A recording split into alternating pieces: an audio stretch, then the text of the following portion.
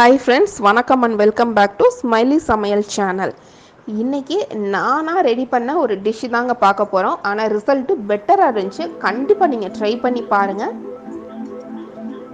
இந்த ரெசிபியை chicken left over chicken வீட்டில் இருக்கும் இல்லையா, என்னைக்காவது நீங்கள் சிக்கன் வாங்குனீங்க அப்படின்னா அதில் உள்ள கொஞ்சம் மீதமான சிக்கன்லேயே இந்த ரெசிபி பண்ணி முடிச்சிடலாம். நீங்கள் இந்த ரெசிபியை டின்னருக்கும் யூஸ் பண்ணிக்கலாம், அப்படி இல்லை அப்படின்னா ஈவினிங் டீ டைம் ஸ்நாக்ஸாகவும் யூஸ் பண்ணிக்கலாம். வாங்க ரெசிபிக்குள்ளே போகலாம்.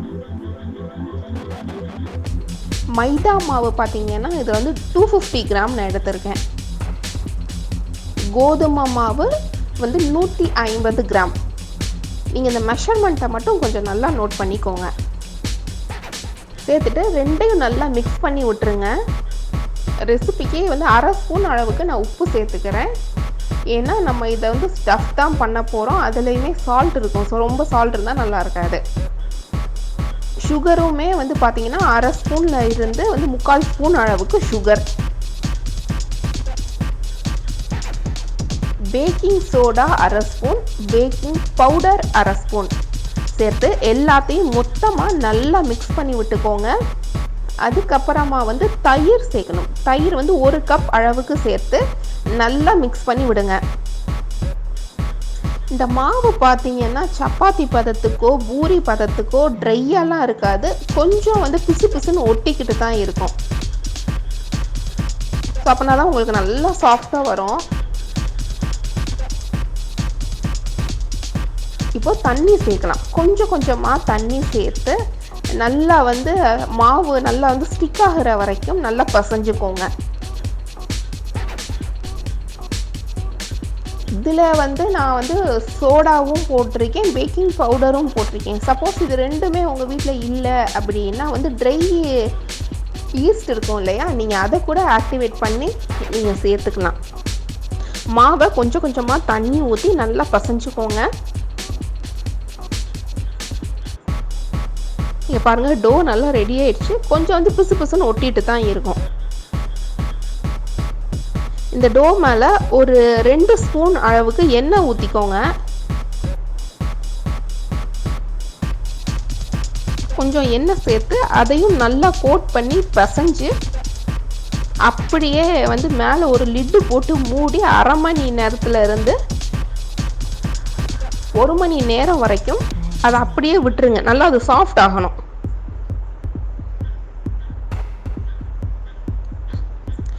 இப்போ பார்த்தீங்கன்னா அடுப்பை ஆன் பண்ணியிருக்கேன். ரொம்பவே சிம்மில் வச்சுருக்கேன். அதாவது லோ, இதுதான் லோ.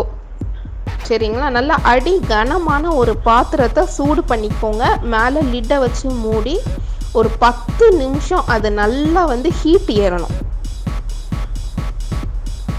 இப்போ மாவு பாருங்கள், சூப்பராக ரெடி ஆயிடுச்சு. நல்லா பசைஞ்சு விட்டுக்கோங்க. நல்லா அழுத்தி விட்டுட்டு இதிலேருந்து கொஞ்சம் பால் மாதிரி எடுப்போம் இல்லையா, அந்த மாதிரி மாவை திரட்டிக்கிட்டு இந்த பூரியெல்லாம் தேய்ப்போம்ல அதே மாதிரி தேய்ச்சிட்டு கொஞ்சம் ஆயில் ஸ்ப்ரெட் பண்ணிக்கிறேன். ஏன்னா கொஞ்சம் ஒட்டாமல் இருக்கிறதுக்காக தேய்ச்சிட்டு இதில் வெங்காயமும் இது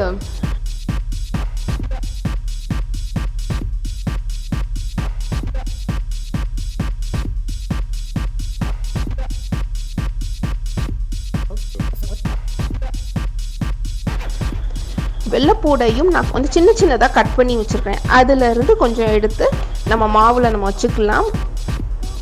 இப்போ மீதமான சிக்கனை சின்ன சின்னதாக நான் பிச்சு போட்டு வச்சுருக்கிறேன். ஸோ அதையும் ஸ்டஃப் பண்ணிக்கோங்க. இந்த சிக்கன் நீங்கள் குழம்பு சிக்கனாக இல்லாமல் கொஞ்சம் ரோஸ்ட்டு போடும்போது அந்த சிக்கன் இருக்கும்ல அதில் எடுத்து பண்ணிங்கன்னா கொஞ்சம் ட்ரையாக நல்லாயிருக்கும். இதுக்கு மேலே இட்டாலியன் சீசனிங் நம்ம வீட்டில் இருக்கோம் இல்லையா, அதை லேசாக மேலே தூவிக்கோங்க. உங்கள்கிட்ட இட்டாலியன் சீசனிங் இல்லைன்னா ஒரு கவலையுமே பட வேணாம். கொஞ்சம் சால்ட்டும் பெப்பரும் மட்டும் ஆட் பண்ணிக்கோங்க. இப்போ அதெல்லாம் உள்ள ஸ்டஃப் பண்ணி ரவுண்ட் பண்ண போகிறோம்.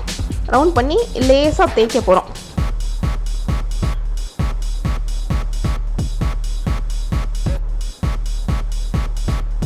ஃபோல்ட் பண்ணி இந்த வந்து பன்னு மாதிரி இருக்கும்ல அந்த மாதிரி அமுக்கி விட்டுக்கோங்க. அமுக்கி விட்டு பாத்திரத்தில் லைட்டாக வந்து எண்ணெயை க்ரீஸ் பண்ணி நம்ம இந்த வந்து பன்னை வந்து வச்சிடலாம். இதே மாதிரி வந்து மிச்சம் எல்லா பண்ணையும் ரெடி பண்ணிக்கோங்க. ரெடி பண்ணியாச்சு. இப்போது நம்ம ஏற்கனவே பாத்திரத்தை ஹீட் பண்ணியிருக்கோம்ல அதில் இந்த பன்னெல்லாம் உள்ளே வச்சிடலாம். சிம்லையே தான் இருக்கணும், கொஞ்சம் கூட வந்து ஹீட்டை கூட்டிடாதீங்க. நல்லா ஹீட் ஆகிடுச்சு. இப்போது நம்ம ஸ்டஃப் பண்ணதை வச்சு கரெக்டாக 15 நிமிஷம் வச்சு எடுங்க. உங்களுக்கு டவுட்டாக இருந்துச்சு அப்படின்னா ஒரு 5 நிமிஷத்துக்கு ஒருக்கா லைட்டாக வந்து ஓப்பன் பண்ணிக்கோங்க. மேலே வந்து பட்டராவது அப்படி இல்லாட்டி நெய்யாவது மேலே தடவிக்கோங்க. ஒரு 5 நிமிஷத்துக்கு ஒருக்கா வந்து ரொம்ப ட்ரை ஆகாமல் இருக்கும், வந்து டேஸ்ட்டும் நல்லாயிருக்கும். அதுக்கான தான் அந்த கலர் சேஞ்ச் ஆகி மேலே லைட் கோல்டன் ப்ரௌன் கலர் ஆகணும்.